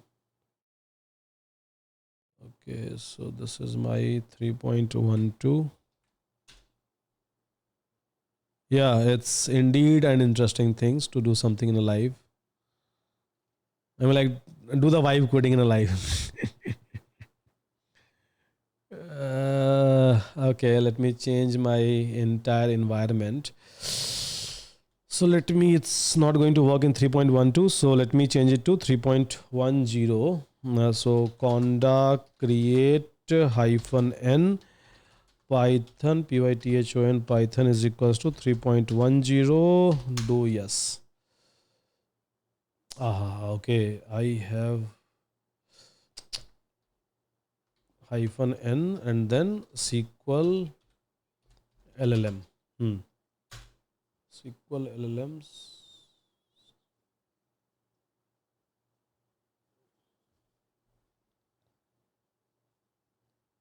Okay, so now, so couple of feature I'll try to add, guys. And again, if you will demand for more features, so I can sit and I can keep on adding it for you. As of now, I'm adding an audio feature. So SQL LLM, that's fine. And then pip install TALL hyphen R requirements.txt.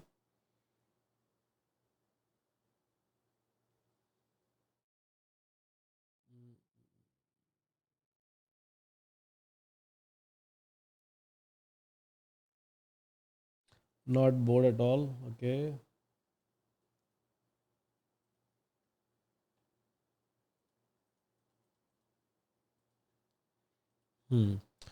Uh, Now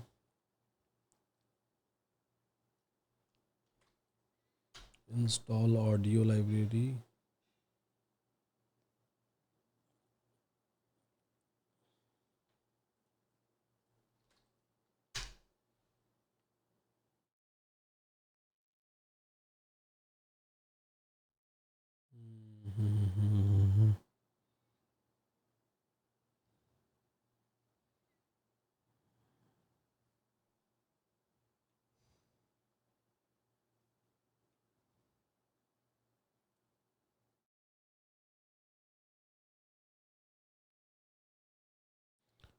Bev RTC.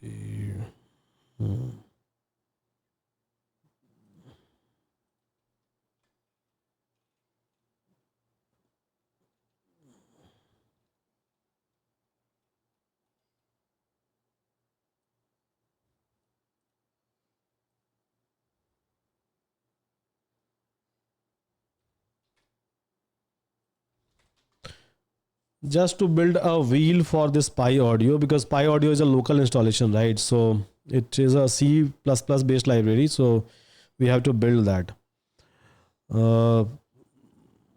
Multi-language about build this.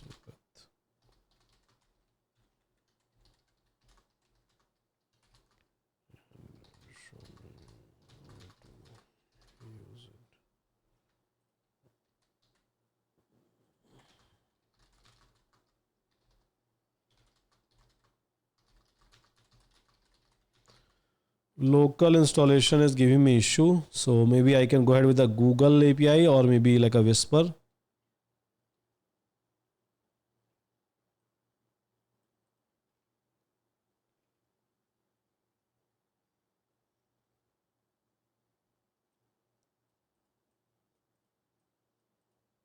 But let me try. So Streamlit Pi Audio. So Pi Audio.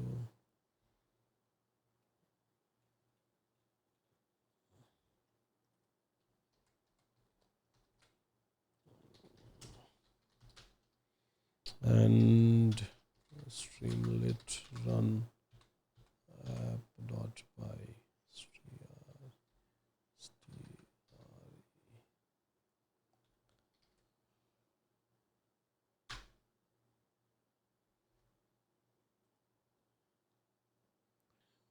Okay, allow. Hello, hello, hello, hello, hello, hello, hello, hello, hello. Okay. Pi cos space. Couple of more minutes, guys. It will be working.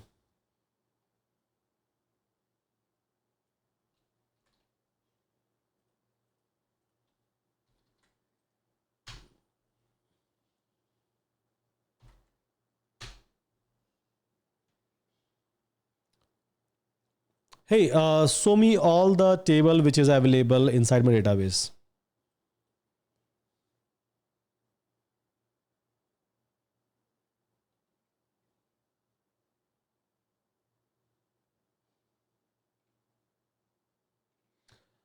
Okay, so this is something, guys. Again, we are able to build. Hope you are able to see it.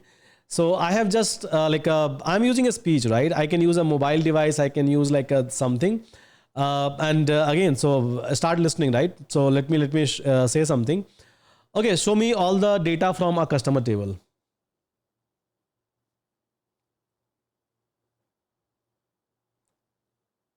Show me all the data from customer table.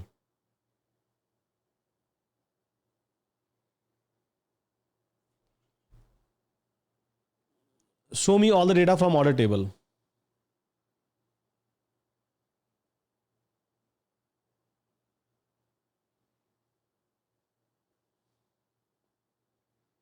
See, I'm able to see the data, right? Not just that. Just tell me now the language. Hindi you want, Spanish you want, French you want, German you want, Chinese, Arabic, Tamil, Telugu, Marathi, what you want. So let's suppose I understand Hindi language, right? Okay. So data दिखाओ यार मेरे को order table से.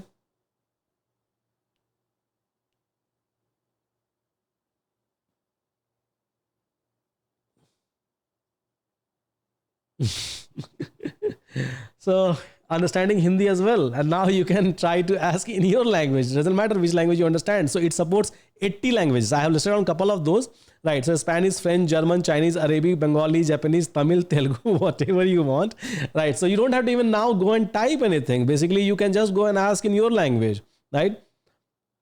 अच्छा, एक data चाहिए मेरे को ऑर्डर टेबल से कि कौन से आइटम का सबसे ज्यादा ऑर्डर हुआ है लास्ट ईयर में.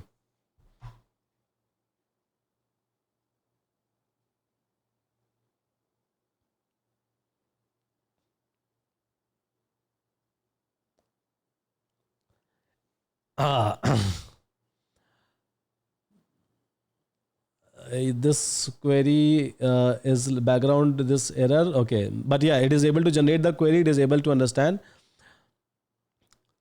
Okay, so मुझे डेटा चाहिए ऑर्डर टेबल से कौन से चीज़ों का ऑर्डर सबसे ज़्यादा हुआ है.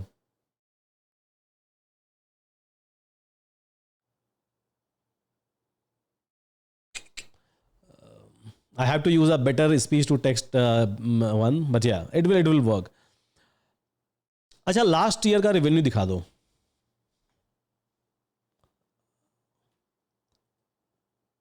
लास्ट ईयर का रेवेन्यू दिखाओ. Revenue.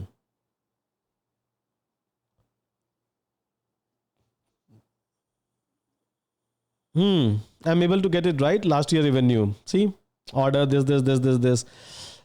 So yeah, this is the actual use of AI, right? So we don't have to even touch our system. I can just wake up in the morning, talk to my mobile, and then my thing is done.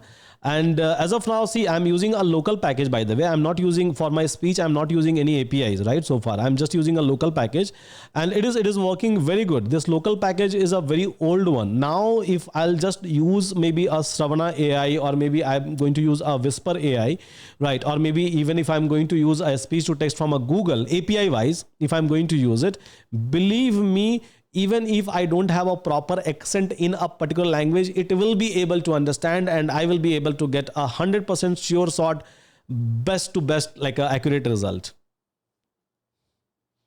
Yeah. Does company needs a developer anymore? Obviously, to develop, who will develop these things, by the way? See, people who are saying that AI is going to take your job, it is not going to take your job. But yeah, if you think that the things that you have been doing in last like a 10-20 year, you will do the same thing with the same comfort, and you will follow the same learning curve, right? We learn like a data structure algorithm, then we try to learn the syntaxes, and then we write couple of line of code, then we go and search. So that is not going to work. You have to label up yourself with the help of AI, and you should like see, you should be more creative now. You should be more like imaginative now, that what is the things that I will be able to do. Simple, right? Now tell me, guys, what you are looking for? Are you looking for a dashboard? Shall I plot a dashboard? Like it is going to give you graph and everything. सो समझ नहीं आ रहा, खुश हो या दुखी हुए, देखो समझने की जरूरत भी नहीं है, आपको ज्यादा काम करने की जरूरत है. See people out there, so I used to follow lot of like a YouTube channel, so I see YouTubers are saying like, or influencers saying that go and learn in this way, that way. I mean, like that kind of a learning is not required. Just after looking into this project, do you think that I need to learn a SQL? Right? But yeah, I don't have to get into I don't have to go and make my hands dirty with respect to a complete SQL complex query, but I should know SQL. It doesn't mean that I should not know SQL. I'm not saying that you should not know SQL. No, you are supposed to know SQL. You should execute each and every query in a very first place. You should know all kind of a Python command. See, I'm able to fix the bugs and immediately, right, in live class itself. Now, how that is possible? And even like I'm asking you that, okay, fine, tell me what you are looking for. I will be able to build it, and immediately, and obviously I'm getting a bug, right? When I'm using AI to generate this code, obviously I'm getting a bug, but immediately I'm able to resolve it. Immediately I'm able to inspect that, okay, so what is the problem, and how I can fix it. So all of these things will come from where? Obviously from an application building, from like doing a real-time experimentation, right? And that is going to be your real value. That is going to be your real USP, right? So you are supposed to learn on that level now, and believe me, it's not that difficult. Can we create a customized dashboard for healthcare? Why we need a Tableau and Power BI? Yeah, I don't need like any BI tool, by the way, right? See, I can't show you my dashboard, by the way, because it's a real-time Euron dashboard that I'm holding, right? But we are not using any dashboarding tool. I mean, like, why we should go and pay for those like expensive services? So basically I have to like, and again, like a lot of startups, right? I know a lot of big companies, yeah, they have a huge budget, they have a client and all. So obviously they try to go ahead and use the tool, and that's the reason companies have created a tool. They are selling it and they're generating a huge revenue. But many startups, even till a mid scale, I have seen that they're not using such things. But yeah, they have a better system in place. Even we have a better system in place. I can't show you like my dashboard, by the way, the dashboard, real-time dashboard that we use for like a lot of things, because we have a lot of services like a resume services, we have job services, we have a UD services, we have a lot of courses that we are selling again to a different mode. Live classes we are conducting different modes. So we have our own dashboard. We are aware about our own data, right? But no, we are not using any dashboarding tool. It's fine. We have built our own custom one. Why I'll go and pay to like someone just for the dashboarding? Yeah. So again, if you are that kind of a developer, so who can save a cost of the company, save a time for the company, bring some like a innovation into the existing product, I believe you will never be outdated, and obviously company would love to give you an appreciation hike, and company would love to retain you, or maybe would love to hire you. And if you are not that kind of a developer, at least in an age of AI, if you think that I know something and just because of that someone is going to hire me, believe me, situation has changed a lot in last 2.5 years. I'm not talking about before that, right? I'm not talking about before that. Before that situation was very different. But yeah, in last 2.5 years, things have literally changed. Market have literally changed. The way company, doesn't matter whether it's a product-based company or MNC or startup, used to think, it has changed completely. So you have to level up on that label. Kindly share the app of this code. Okay, fine. Let me share this one, and you have to do a couple of installation as well along with this. So please do the installation. I'm pinging you that. So you have to do installation of this one. It will give you an error otherwise. And along with this, you have to do this Pi audio. Streamlit is already available into the requirement.txt, and use Python Python 3.10 version. Because 3.12 is going to give you an issue with this audio converter that I'm using. Okay, this is how easy it is, right? So hope, let me send the complete code to all of you. So now I know that my students is going to ask me anything in my class, and it will not take much time for me. I can show them, I can deliver it immediately. So that is the USP that you have to bring in yourself, right? Nowadays, I'm doing even a development coding a lot. I'm like building an extension, I'm building SDKs, and yeah, I'm enjoying it. Because of that, so even yesterday I was not able to sleep till morning 6, 7 o'clock.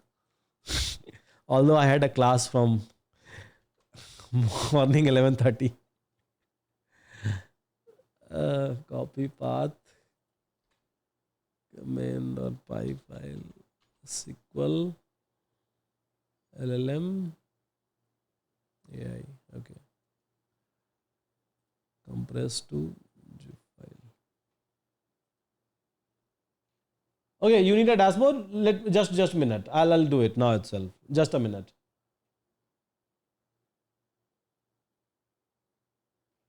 Next class, build SDK.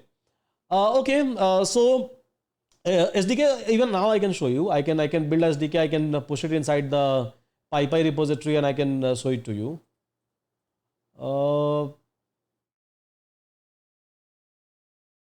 Building SDK is like 5 minutes of job, max to max. SQL LM Gen AI. Okay.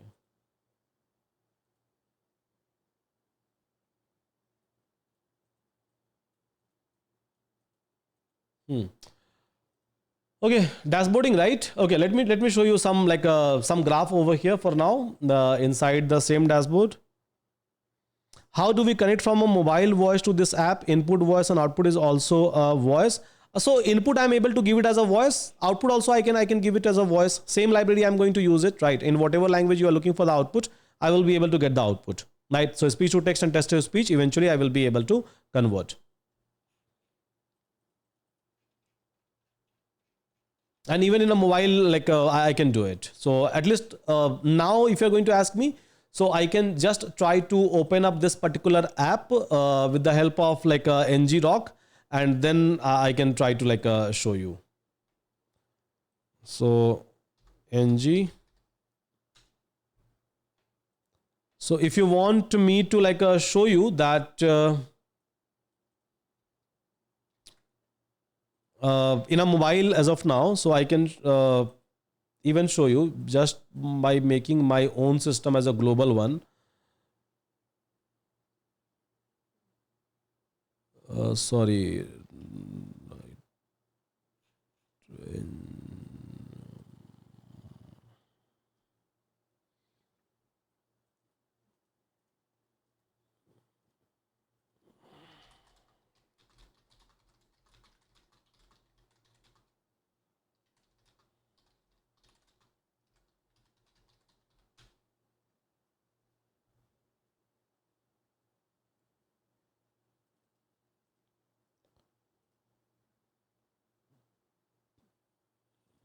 Just a minute, guys. I'll show you a couple of more things as you have asked me in a chat. So,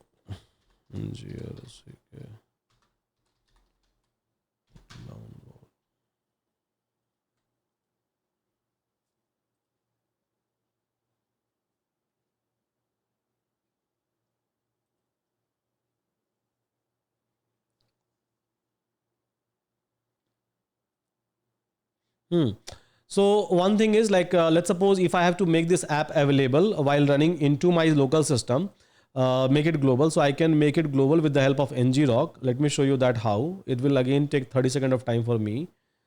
And I can even like chat with this one in my mobile now itself. If it is global, obviously I can do it in my mobile. So ngrok, where is my unzipped folder? This is not a part of the syllabus, by the way. So,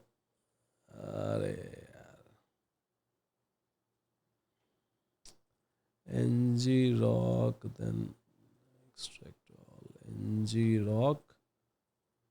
Okay, fine. So ngrok, I can now show you by making my app global. So my app is running. Let me close a lot of things I have opened up. So Streamlit Run app, it's running on my 8501 port number. Okay. 8501 port number, it's running fine. So, okay, ngrok http, make it global. So 8501 port number. So whatever is running on 8501, make it global. Okay, so now my app became global. You guys can also test it.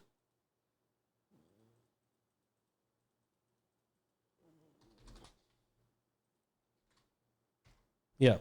So now I can show you. So basically my entire app is running globally on this URL. As you can see, this is my HTTPS URL. And voice command I can give to my app.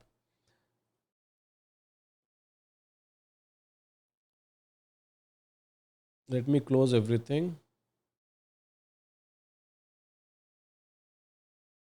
Close, close.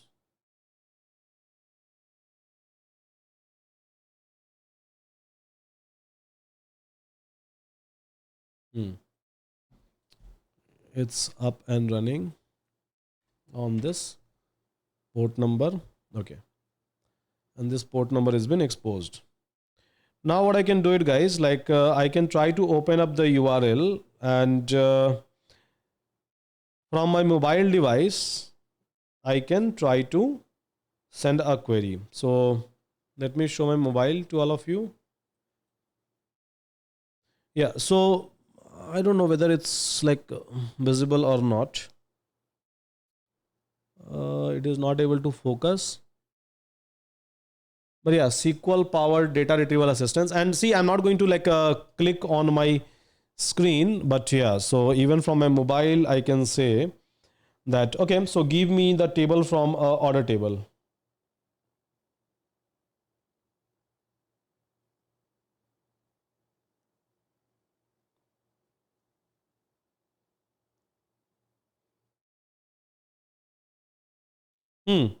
And now let me show you. So basically it is able to give me a record.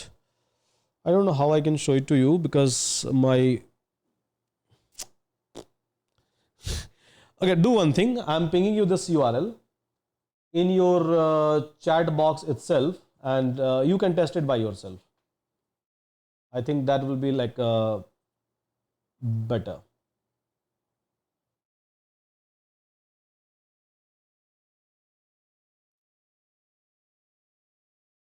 Please reduce the brightness, it will display. Can't do it basically. That camera setup is fixed, so can't do that. Maybe I can switch off some of my lights. But yeah, I have already pinged you guys this URL, so you can test it. So this is running in my local system. Yeah, you can just chat with that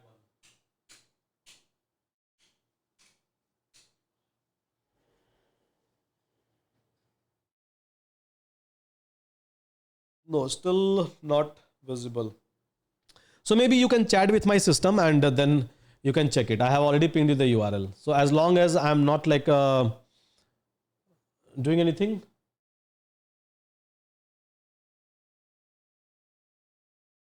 Yeah. So are you able to test it, guys? Just click on start listening and then ask a question in your language, whatever language that you understand. Hindi, Spanish, French, German, Chinese, Arabic, Bengali, Japanese, Tamil, Telugu, Marathi. All these languages are mentioned over there. Yeah. So you can now like go and check.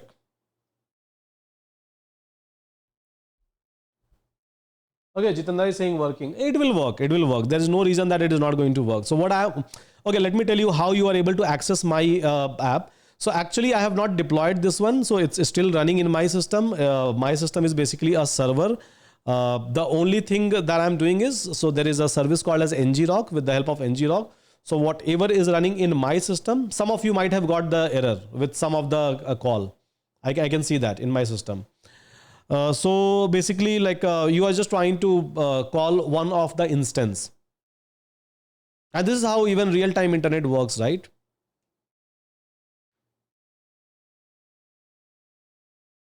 Yeah, it will work. So I have just made my local system as a global one. So my local system itself is server now.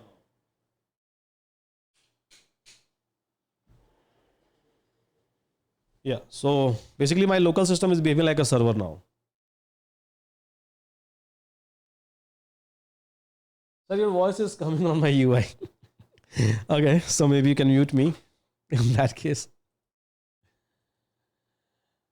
Okay, so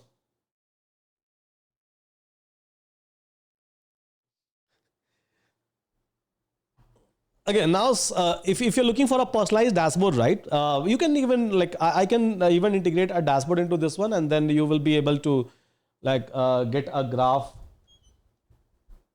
Could you document the steps? See, this is the problem, right? This is the problem. So see, if you want me to talk something which is not a part of syllabus, if you want some from me to build something which is not a part of syllabus, I need a little bit of flexibility. If you're going to ask me that, okay, teach everything, then explain every line of, I have seen like many people, sometime when I take a classes and when I explain the project and when I don't explain like a line by line each and everything, then they say that, okay, you are not a good teacher. You're not teaching me like in a proper way. I'm like, do you need that kind of a hand holding now? And if you are going to do that kind of a hand holding, then max to max, you will be end up building a kale kind of project, not more, not beyond that, right? So I'll tell you the step. I have even shown you the step. See, nothing is like invisible, which I'm doing. Everything I'm doing it in front of all of you, right? So if you have to build bigger, then obviously you have that, you should keep that kind of a mindset, right? That, okay, it's fine. I'll try to put up a little bit of effort.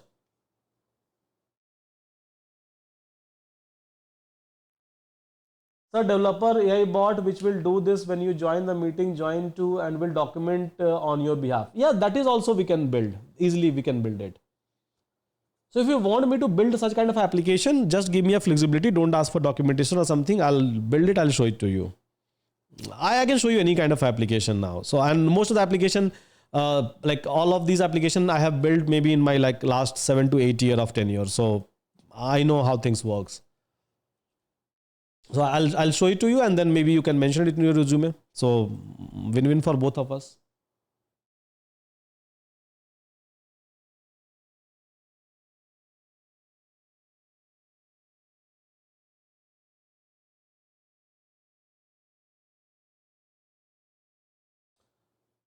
Okay, so this is fine. Now I'm terminating this one, guys. I'm terminating this app. So now you will not be able to access this app. Yeah, 502 bad gateway. I can see a lot of pings. So terminated my ngrok. Okay, so now let me talk about the ngrok, what I have done. So how I have made my like things public. So there is a system called as ngrok, right? So you can go to Google, try to search for ngrok and come over here. Let me ping you this link as well. It's a very simple step, guys. So you can just try to go ahead with the get started for free. And then here you will be able to find out a ngrok downloadable file, downloads, right? So if you're using Windows, then go ahead with the Windows. If you're using some other system, then go ahead with some other system. It provides you for all the systems. So Mac, Linux, as you can see, it is providing you agent for everything, right? Now, once you are able to download it, so I have downloaded it and I'm keeping it inside my folder. So double click over there and now it will be able to pop up the ngrok command prompt, CMD basically. You don't have to do anything basically. So what you have to do is you just have to write a simple command. They have even given you the like an example over here. So you just have to type the command ngrok rock. So this is the command and then STTP means whatever is running in your local. STTP means local. STTPS means global internet, right? So STTP and then you have to write the port number. So all the application that you are trying to test doesn't matter whether it's a Streamlit application or maybe a Flask application, maybe a fast API or anything, right? Anything. So that must be running on some of the port number. So you just have to give that port number. What it will do is it will try to bind that port number to the outside, to the internet. That's it. So that whatever traffic will come, right? So first of all, traffic will come to ngrok. Then ngrok knows that if traffic is coming on this URL, so this URL is binded to which system, right? So it will route that traffic to my system basically. And this is how you will be able to access something which is running in my local system globally. Same point of a time. So this is how that was like working. This is how the URL I have shared with all of you was actually working. So this is what ngrok does. And command is steps are very simple. So ngrok http and then whatever port number, doesn't matter which port number, just you have to write the port number and that port number will be public.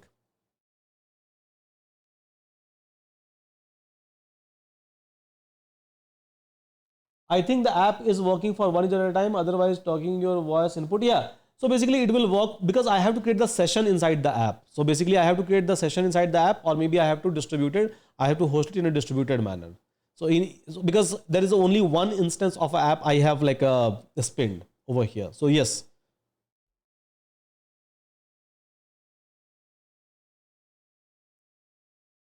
All the countries, do you give a consultancy support for company you're on? No, we don't give it. We have like our plate is completely full. Like we have a lot of product that we are building internally, and plus like I do teaching, a lot of teaching. So, sir, can we keep such local system as server for a longer time? Yeah, as long as your system will be up and running, your laptop will be up and running, it will work. But if you don't want that, in that case, do one thing. No, so there is a render.com. I have even shown multiple projects. So just go and deploy it on a render.com. Render.com is not even going to charge you single rupees, right? So use such kind of services so that you don't have to keep your laptop up and running. There are a lot of like a free cloud provider.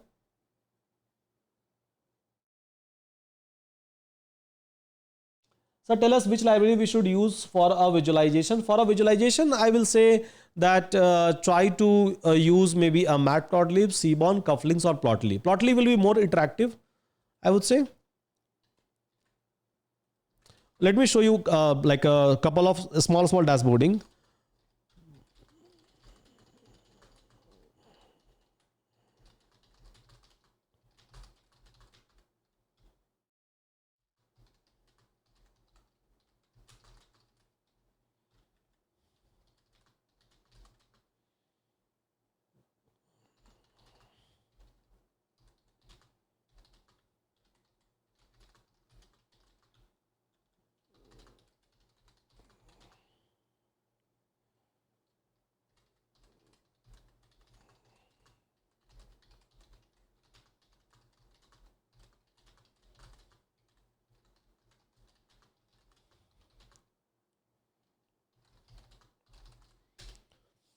Okay, so let me show you some visualization in the same code, a small visualization by the way.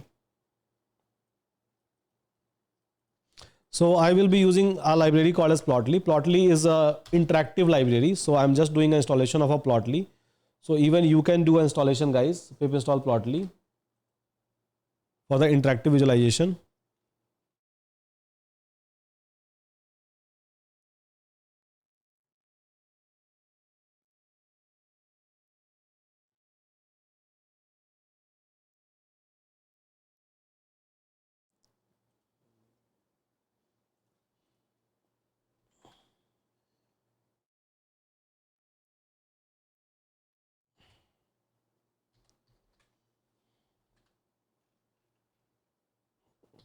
CLS and Streamlit.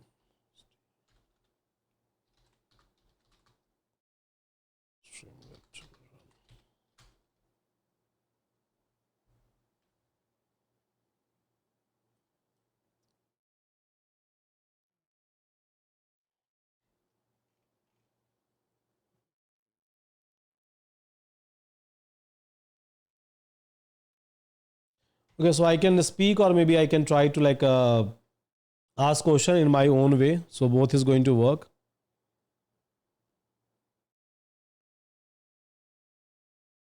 Yeah, so as of now, it is able to like, I have simply said that show me the total revenue by a month.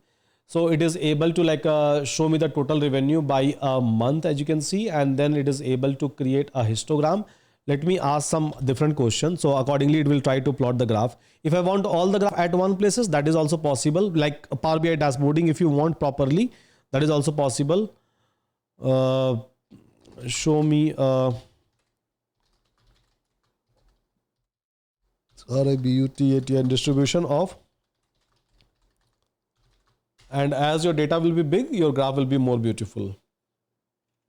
So I just asked a question, show me a distribution of order amount.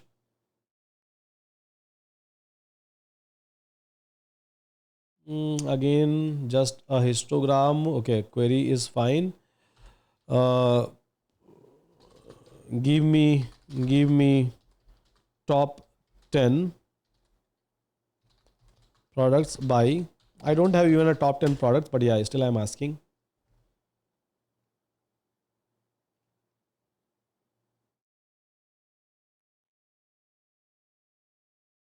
So now it is giving me a scatter plot, as you can see, right? A scatter plot. So visualize based on like this particular data. So like speech, query, result, and then parallelly a visualization. So if I'm looking for like a default visualization, if I'm looking for some separate visualization with respect to a relationship, I can even do that. Yeah.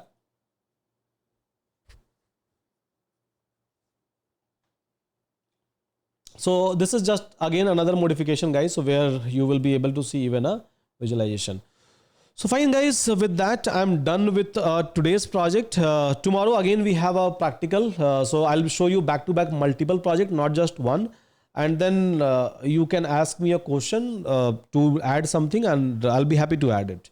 So with that, let me share my latest piece of the code and then I'm going to wind up the class.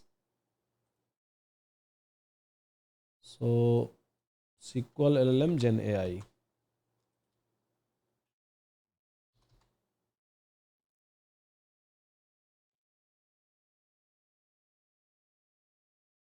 Bestest class ever. Thank you so much, Sanjeev. LLM might get confused on show incorrect or show incorrect result. There is a chance that LLM might get confused the way you are asking a question. See, if you are going to ask a wrong question, obviously LLM is going to produce a query. See, at the end of the day, LLM is what? It's just an interface, right? It's just an interface between human and a machine. That's it. Nothing more than that. LLM is not having like a too much of creativity beyond your thought. So obviously you should be very clear that what you are looking for, and you should be very clear in terms of conveying those things, right? So the way like you gather a requirement from a client, so you ask a proper question and then client gives you a proper answer. If there is a breakage in between, obviously you will not be able to build a best product. You will not be able to get a best result. Same things has been applied even over here. Ask LLM is smart enough to give you a bestest of best result, but it also depends upon you, that how you are asking question. If you ask a wrong question, obviously LLM is going to give you wrong answer, and there is no doubt about it, right? So you should know in a very first place that what you want. So fine, guys, with that, thank you so much. Hope all of you have enjoyed this class. I have already shared a complete code file. Tomorrow again I'll show you a practical, this your class now onwards is all about practical implementation back to back. So you will see a lot of applications, and then I will request you to build something around it. For example, if I'll talk about my today's example, right? So I have basically integrated a offline package for converting speech to text. Maybe you can try to consume an API from a Google, maybe from a Whisper API, you can try to consume it and make it more robust, right? Make it more robust. Maybe you can try to give more power in terms of number of languages that it can understand. I have integrated for 80 languages. Maybe you can integrate for all other languages, right? There is an API which is available out there. Then someone was asking for a Power BI dashboard, Power BI kind of a dashboard. Okay, do one thing. So build it in such a way that it will be able to create a dashboard which should be personalized to me. And let's suppose your application is used by someone else. So their dashboard should be personalized to their requirement. So personalization into a dashboarding, into a data visualization, right? Now, again, you can try to like maybe fix some of the query which will run automatically in couple of hours or couple of minutes or maybe in couple of days, right? And automatically it should populate the dashboard. So again, that is one another label, right? This is what we even do inside the industry. So we try to schedule each and everything. We try to configure each and everything in such a way that system will run the query automatically in a particular time period and then try to populate the dashboard, and my manager or my stakeholder, my business unit will be able to see that. Do it here, right? Just a couple of lines of a code. You will be able to do a scheduling. Scheduling is very much easy with respect to a Python, right? Or maybe you can even, if you are using a Windows or maybe any other machine, just write a cron job over there. With the help of cron job, it will be able to like schedule it automatically. It will run the job. So whenever you are going to schedule, and then fetch the data, build the dashboard, and bingo, right? A complete full scale product. Now, this is what real people does even inside the industry. It's not like they're doing something very different, right? So this should be the next step for all of you. So, and again, with the help of AI, we have given you Euron for the same reason, right? So that you can go play with the Euron, try to ask a question, try to build something, try to resolve your doubt, so that you don't have to go outside and pay for it. We have given you the API access for the same reason, so that you can make use of it in a positive manner. So go ahead, use it, try to add single things, and then mention the same thing inside your resume. And when you will do it, and then when you are going to add it, believe me, you will be very much comfortable when you are going to explain your project in front of interviewer, right? Interviewer, you will be able to even add 5 more things which maybe you have not done, but you know how to do it. Yeah. So just try to do that next step. Use your creativity, use your imagination. If you're not able to get a creativity, if you're not able to get an imagination, then send the same situation and scenario to a Euron. Ask that, okay, fine. So tell me what and all what kind of a feature I can try to build on top of it. At least this much you can do, right? Go and ask Euron by giving this entire situation that, okay, I'm able to build an application, so which is able to take a speech input in this way, and then it is able to take a queries, it is able to give me an answer. These are the 5 tables that I have. I'm able to plot a graph. Now, what all feature you are going to suggest that I should build inside this application to make it even like a more real? Euron is going to give you a response. It is going to give you 10 to 15 feature, and then start building those feature. Making sense, guys, how we should study? So I think now this is how we all are supposed to study, right? The way we were studying since a very, very long time, believe me, if you are still following that particular way, you are not moving anywhere, right? You are not literally moving anywhere, and industry is not going to give you a value. Things have literally changed a lot. People are yet to accept it, right? Maybe people are not able to realize. Many of us are not able to realize, but sooner you will realize, better it will be, and you will be in a better and peaceful position very soon. So make this conversational would be good enhancement. Conversational would be, yeah. So I have already given that, right? So one end, you can try to build other end. So fine, guys, with that, thank you so much. See you again in my tomorrow's class. Tomorrow again, I will be showing you the project with the LLMs and whatever is there in your syllabus. I'll just follow through your syllabus and I'll try to show the project. Till then, take care, everyone. Thank you so much. Well done.